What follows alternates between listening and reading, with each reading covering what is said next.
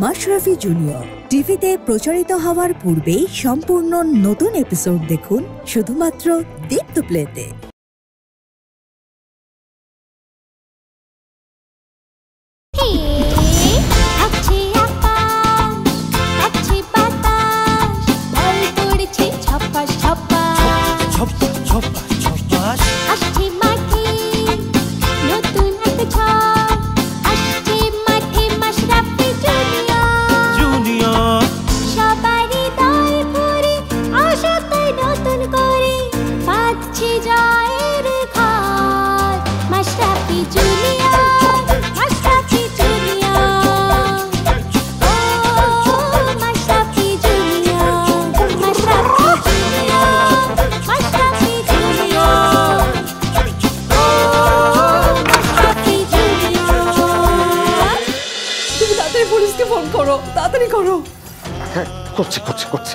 কিন্তু খালুজান ওই লোক যে কইলো পুলিশে ফোন না দিতে ফোন দেব কি দেব না সেটা তোর কাছে জানতে চেয়েছি আমি। খালুজান ওরা যদি একবার জানতে পারে তাহলে কি হইব? একদম চুপ থাক তুই। এভাবে বেঁচে থাকার স্কিলটাকে বলে সার্ভাইভাল ফর দ্য ফিটেস্ট। এই তো বুদ্ধিমান ছিল, দেখো কেমন বুঝতে পেরেছো। তোমার মতো বয়সে আমি কিরকম গাধা ছিলাম, অঙ্কে ইয়া বড় বড় জিরো পেতাম। আপনি তাহলে এত বড় কোম্পানির মালিক কিভাবে হলেন? আমার মাসুম বাচ্চাটাকে কে নিয়ে গেল সাদিক? আমার আয়ের কেটে দাও, আমার আয়ের কেটে দাও, আমার বুকটা ফেটে যাচ্ছে। আয়ান কোথায় গেল? কে নিয়ে গেল আয়ানকে? শোনা, আয়ান আমারও তো ছেলে, আমারও তো কষ্ট হচ্ছে। আমি যদি জানতাম ও কোথায় আছে তাহলে আমি আর এখন এখানে বসে থাকতাম না। সব দোষ আমার। হ্যাঁ সাদিক, সব দোষ আমার। আমি যদি আমার ছেলেটাকে রিক্সা থেকে নেমে হেঁটে বাসায় আসতে না বলতাম তাহলে আজকে এমন হতো না। আমার ছেলেটা তাহলে বাসায় থাকতো, ওর প্রিয় চাউমিন খেত, চিকেন চাউমিন খেত। আমি বুঝতে পারছি না তোর এত বড় সাহস। সাদিক খানের ছেলেকে কিডন্যাপ করে ওকে আমি হাতের কাছে পেলে। নামের বড়াই করো না সাদিক, নামের বড়াই রেখে আমার আয়নকে খুঁজে বের করার চেষ্টা করো। আমার আয়নকে আমার কাছে এনে দাও, আমার আয়নকে এনে দাও। শান্ত হও, একটু ধৈর্য ধরো। আয়নের জন্য আমারও তো চিন্তা কম না। আয়নের যদি কিছু হয়ে যায় তাহলে আমি কি নিয়ে বাঁচবো? এই যে এত সংগ্রাম করে বেঁচে আছি সব তো আয়ানকে অবলম্বন করেই, তাই না? আয়ানি যদি না থাকে তাহলে তোমার আমার আমাদের বেঁচে থাকাটাও তো কঠিন না? খালাম্মা, খালুজান পুলিশ আসে চলে আসছে, এখন আপনারা আসেন। চলে এসছে, তাই না? চলো রুনা। রুনা, খালাম্মা আল্লাহর উপর আপনি ভরসা রাখেন, আপনারা আরো শক্ত থাকতে হইব। খালাম্মা আসেন। রুনা, এই রুনা, পুলিশকে তো সবকিছু জানাতে হবে। চলো, পুলিশ চলে এসছে, চলো। ও হ্যাঁ সাদিক, আমি তাহলে যাই। হ্যাঁ তুমি এসো, এসো।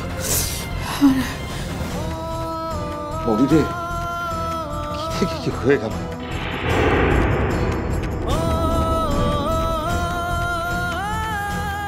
আচ্ছা মনে মনে মনে মনে শোন, আমি তোকে কোনো রকম জোর জবরদস্তি করছি না, কোনো রকম ভয়ও দেখাবো না। হ্যাঁ কিন্তু মনে জানলে তুই সত্যি করে বল আয়ান কোথায় আছে? খালুজান আপনি এখনো মনে করতেছেন আমি আপনার গোল্লাকে ফাইজলামি করতেছি।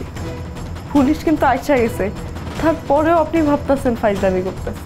না না না না মানে শোন না, ওই যে আয়ান যেখানে খেলে একাডেমির ওখানে কারোর সঙ্গে আয়ানের কোনো ঝামেলা হয়নি তো? আনোয়ার সাথে তো পুলিশ ধরে নিয়ে গেছে, তার তো আমার বা আয়নের কোনো ক্ষতিকরণের কথা না। কি হলো বল, হয়েছে কোনো ঝামেলা? না না খালুজান, কোনো ঝামেলা না।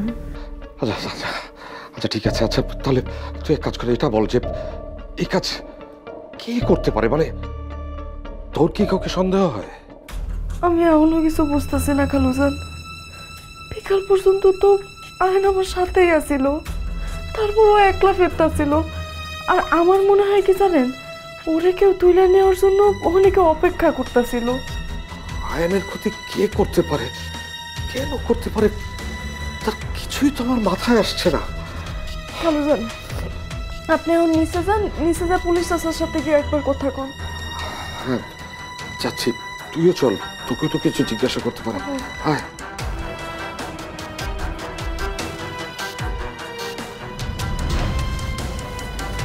কিছু কইবা?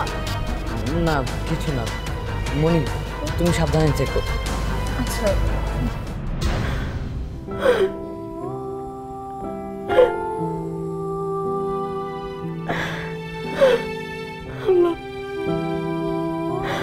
আইন যেখানে থাকুক, তুমি ওরে সুস্থ নিরাপদে রাখো আল্লাহ, আর কিছু চাই না।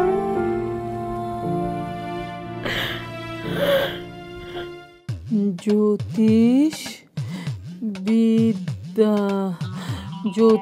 বিদ্যা হলো কারো জন্মের সময়, তারিখ ও স্থান ধরে গ্রহ নক্ষত্রের অবস্থান বিশ্লেষণ করে তার সারা জীবনের সম্ভাবনা সম্পর্কে আগাম ধারণা করার বিদ্যা।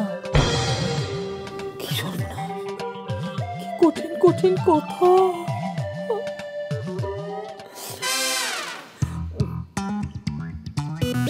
যেভাবে আবহাওয়াবিদ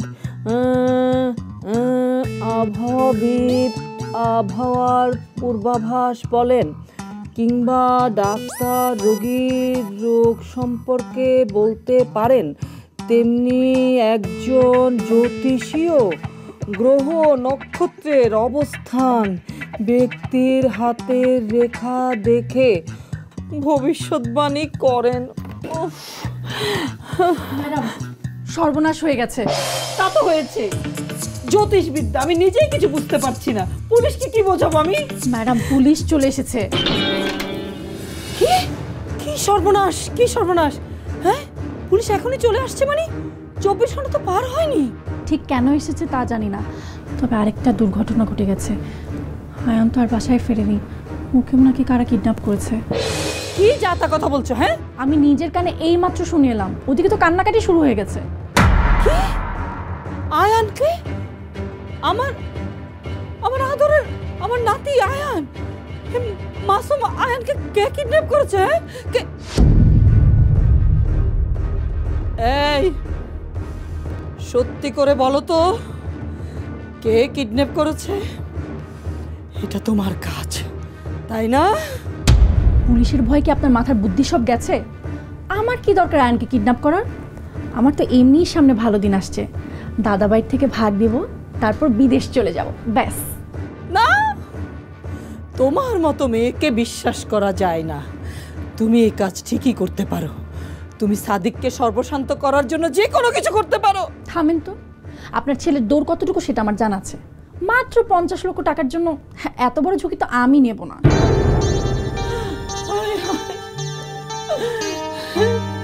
কে কে কিডন্যাপ করলো আমার আয়ানকে, আমার আদরের নাতিকে?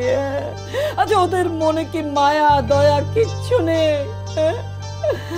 আচ্ছা, আমার সাদিক যদি আর বিয়ে না করে, তাহলে তার কোনো নাতিও পাবো না আমি। আমার একমাত্র বংশের প্রদীপ আমার আয়ান, আমার বংশের বাতি নিভে যাচ্ছে। কি সর্বনাশ! এখন কি এখানে বসেই কাঁদবেন? ভুলে গেছেন পুলিশ এসেছে? না, এক্ষুনি যাবো পুলিশের কাছে। হ্যাঁ, আজকে ইচ্ছা মতো বকবো ওদেরকে, আমি পুলিশকে ইচ্ছা মতো বকবো। কি বলছেন এসব? বলবো না তো কি? পুলিশের কাজটা কি? হ্যাঁ, আমার একমাত্র নাতি কিডন্যাপ হয়ে গেল, একটা মাসুম বাচ্চাকে ওরা নিরাপত্তা দিতে পারে না। হ্যাঁ, মাথা গরম করবেন না, আমি আসলে জানি না ঠিক কি কারণে তারা এসেছে। যদি এমন হয় যে তারা আয়নের জন্য আসেনি, মানে আপনাকে ধরতে এসেছে, তাহলে এই ছিল আমার কপালে। এই শেষ বয়সে এসে একটার পর একটা বিপদ, একটার পর একটা বিপদ। এ তো দেখছি জলে কুমির, ডাঙায় বাঘ, শুধু বিপদ আর বিপদ। এসব পরেও ভাবতে পারবে না। আগে চলেন তো গিয়ে দেখে কি বলে।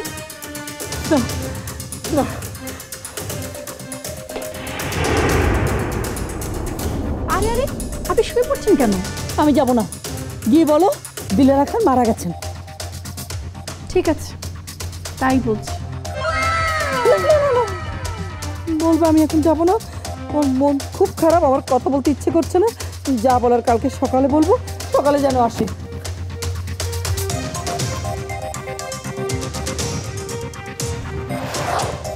আপনাকে এমনিও ধরবে, অমনিও ধরবে। এর আগে ছিল একটা কিডন্যাপ, এখন আরেকটা যোগ হয়েছে। আপনার ভাগ্যে যে কি আছে কে জানে।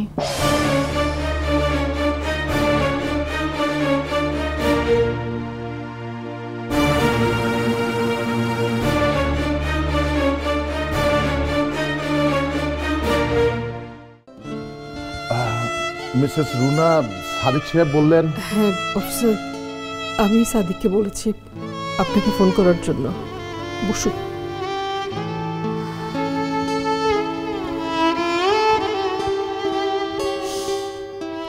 আমি ভাবতেই পারছি না যে আয়ানকে খোঁজার জন্য আমাকে পুলিশ ডাকতে হবে। মিসেস রুনা, কাঁদবেন না প্লিজ, আপনাকে শক্ত হতে হবে। আর এখন তথ্য পেলে আমরা মাঠে নামতে পারবো, আর আপনার সহযোগিতা আমার লাগবেই। আমি তো আয়নের সঙ্গে কয়েক ঘন্টা আগেও কথা বলেছি। যখন কথা বললাম তখন আয়ন বলল যে ও জ্যামে বসে আছে। তারপর আমি ওকে বললাম যে বাবা হেঁটে নেমে বাসায় চলে আসো। তারপর থেকেই তো ওর মোবাইলটা বন্ধ পাচ্ছি। কখন ঘটলো ঘটনা? আসলে কখন বুঝলেন আয়ান কিডন্যাপ হয়েছে? আধা ঘন্টা আগে একজন ফোন করে বলল। কে ফোন করেছিল? কিডন্যাপার? হ্যাঁ, ফোন করে বলল যে ওরা সন্ধ্যা 6টার সময় নাকি আয়নকে তুলে নিয়ে গেছে। এর আগে আয়ান কোথায় ছিল শুরু থেকে বলেন তো। মনি আর আয়ান একসাথে বেরিয়েছিল, তারপর ওরা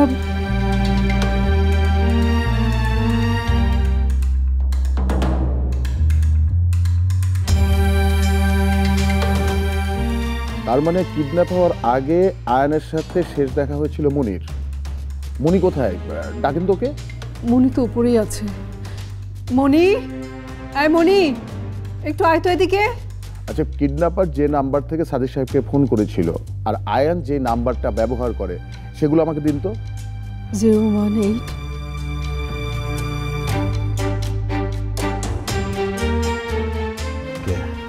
এই এগুলো এখনই ট্র্যাকে পাঠাও। লাস্ট লোকেশন কোথায় আমাকে জানাও তাড়াতাড়ি। অফিসার কেমন আছেন? হ্যাঁ, আচ্ছা মনি, আয়ানকে নিয়ে তুমি কোথায় গিয়েছিলে? মনি, যা জানতে চাই সবকিছু ঠিকভাবে বল। আমরা দুজন চেয়ারম্যান স্যারের বাড়িতে গেছিলাম। চেয়ারম্যান মানে জালাল চৌধুরী, যিনি নিজেও নিখোঁজ? হ্যাঁ অফিসার। ওখানে তোমরা কেন গিয়েছিলে? আয়ন আর আমি চেষ্টা করছিলাম যে চেয়ারম্যান স্যারের খোঁজার জন্য কোনো রাস্তা পাওয়া যায় কিনা। তার মানে জালাল সাহেবকে যারা কিডন্যাপ করেছে আয়ানকেও তারাই কিডন্যাপ করেছে। সেটা কি করে হয় অফিসার? আপাতত এটাই একমাত্র সম্ভাবনা, আর তো কাউকে দেখছি না। আমার যদি ভুল না হয় ওই বাড়ির দিকে কিডন্যাপাররা নজর রাখছিল। না না না, অসম্ভব। চেয়ারম্যান স্যারের কিডন্যাপার আর আয়নের কিডন্যাপাররা একেবারেই আলাদা। আপনি এত নিশ্চিত কি করে হচ্ছেন?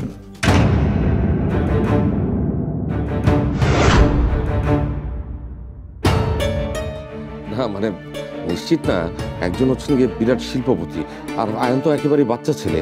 দুজনের কিডন্যাপার এক হয় কেমন করে বলুন তো? হ্যাঁ, হয় আবার হয়ও না। আমরা সব সম্ভাবনা খতিয়ে দেখছি, কোনো কিছু বাদ দিচ্ছি না। মনি, তোমার বুদ্ধির সুফল এর আগেও আমরা পেয়েছি।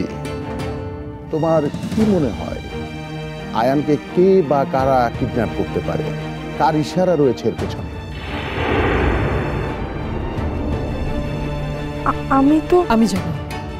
আমি জানি কে এই ঘটনার পেছনে দায়ী।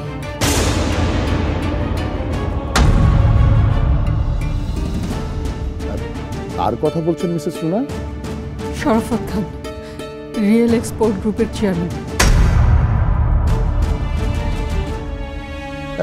বলেন কি? শরাফত সাহেব একজন বিরাট ব্যবসায়ী, ক্ষমতাধর, আর তাছাড়া আপনাদের চেয়ারম্যান সাহেব তো তার কাছে কিছু না। উনি কেন আয়ানকে কিডন্যাপ করাবেন? কারণ নৈতিকতার জায়গা থেকে শরাফত খানের সাথে আমার একটা দ্বন্দ্ব আছে অফিসার। আমি তার সব গোবর ফাঁস করে দিব বলে সে আমাকে হুমকি দিয়েছিল, আমাকে মেরে আয়ানকে এতিম করে দেওয়ার। না, তুমি এসব কথা তো আমাকে বলনি কখনো। বলিনি কারণ তুমি ভয় পাবে বলে। এর আগেও শরাফত খান আমাকে 2 বার মেরে ফেলার চেষ্টা করেছে। তার মানে অফিসের ঘটনার আগেও আপনারা মারতে চাইছিল? মানে এত কিছু ঘটেছে, আপনি পুলিশকে কিছু বলেননি, কিন্তু কেন? অফিসার, শরাফত খান এইসব কাজে তাকে জড়িত করার কোনো প্রমাণই রাখেনি, কিন্তু আমার কাছে তার গার্মেন্টসের সমস্ত কুকীর্তির প্রমাণ আছে। আর এগুলো নিয়েই আমি কাল সংবাদ সম্মেলন ডেকেছি। এগুলো নিশ্চয়ই সব কিছু সে জানে। তাই আমি নিশ্চিত যে আমাকে থামানোর জন্য শরাফত খান আয়ানকে তুলে নিয়ে গেছে। বুঝতে পেরেছি, আপনি চিন্তা করবেন না, আমি সব তথ্য নিয়ে যাচ্ছি, যাচাই বাছাই করে কাল সব জানাবো। অনেক ধন্যবাদ অফিসার, ফোন করার সাথে সাথে চলে আসার জন্য। আমাদেরকে এমনিও আসতে হতো। জালাল চৌধুরী নিখোঁজের ঘটনায় চ্যাম্পিয়ন গ্রুপের পক্ষ থেকে একটি মামলা দায়ের করা হয়েছে, আর সেই মামলায় পুলিশের প্রধানতম সন্দেহভাজন দিলারা খান, মানে আপনার মা।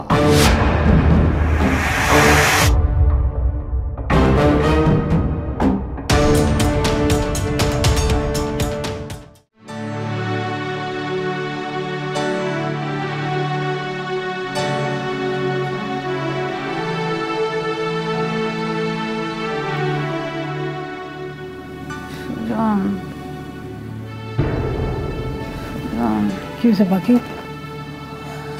আবার স্বপ্ন দেখছো? কটা বাজে সুজন? অনেক রাইট হয়েছে, 12:30টার মতো বাজে। কি খুঁজতেছ? ও বুঝছি, শ্বশুর আব্বারে এখনো খুঁজতেছ। তার খোঁজ তো এখনো পাওয়া যায় নাই, কই আছে কে জানে।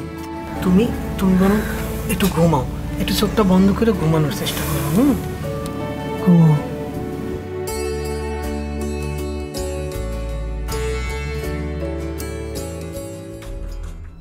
শোনো, এই পুঁজিবাদী জিনিসটা খুব স্বার্থপর। এই যে দেখো, কয়দিন আগেও তোমার আগে পিছে কত লোক ঘুরঘুর করতেছিল, আর দেখো এখন তোমার দুর্দিনে কেউ নাই। আসলে কি জানো, মানুষ সামনে সামনে তোমার সম্মান দিব, সালাম করব, কিন্তু ভিতরে ভিতরে তারা ঠিক অপছন্দ করবে। আর অপছন্দ কেন করবো না কও? তারাই তো সমাজটাকে শোষণ কইরা ফুইলা ফাইপাকের। বাবাকে সব জানে। আরে জানবো না কেন, সে শিক্ষিত মানুষ না, এসব নিশ্চয়ই সে বইতে পড়ছে।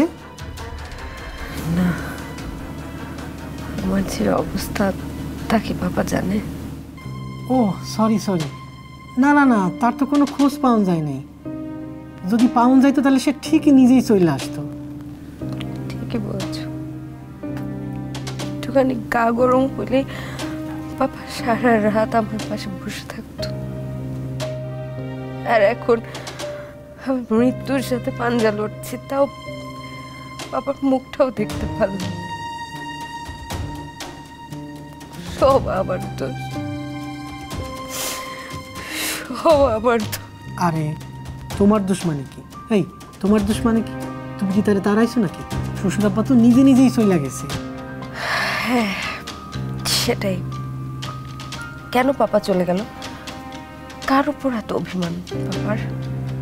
মন খারাপ করো না পাখি, শুনলাম মামলা হয়েছে, পুলিশ তারে খুঁজতেছে। দেখো শ্বশুর আব্বারে খুব তাড়াতাড়ি নিশ্চয়ই খুঁজে পাওয়া যাবে। দেখো তাই জানো, তাই জানো। আমি তো তোমাকে আগেই সতর্ক করেছিলাম, এত বড় পাওয়ারফুল লোকের সাথে তোমার লাগতে যাওয়া ঠিক না। আর তুমি কি করলে? এক গাদা নীতিবাক্য আর দেশপ্রেমের কথা শোনালে। এখন দেখো তোমার এই দেশপ্রেম আয়ানকে ফেরত নিয়ে আসতে পারে কিনা।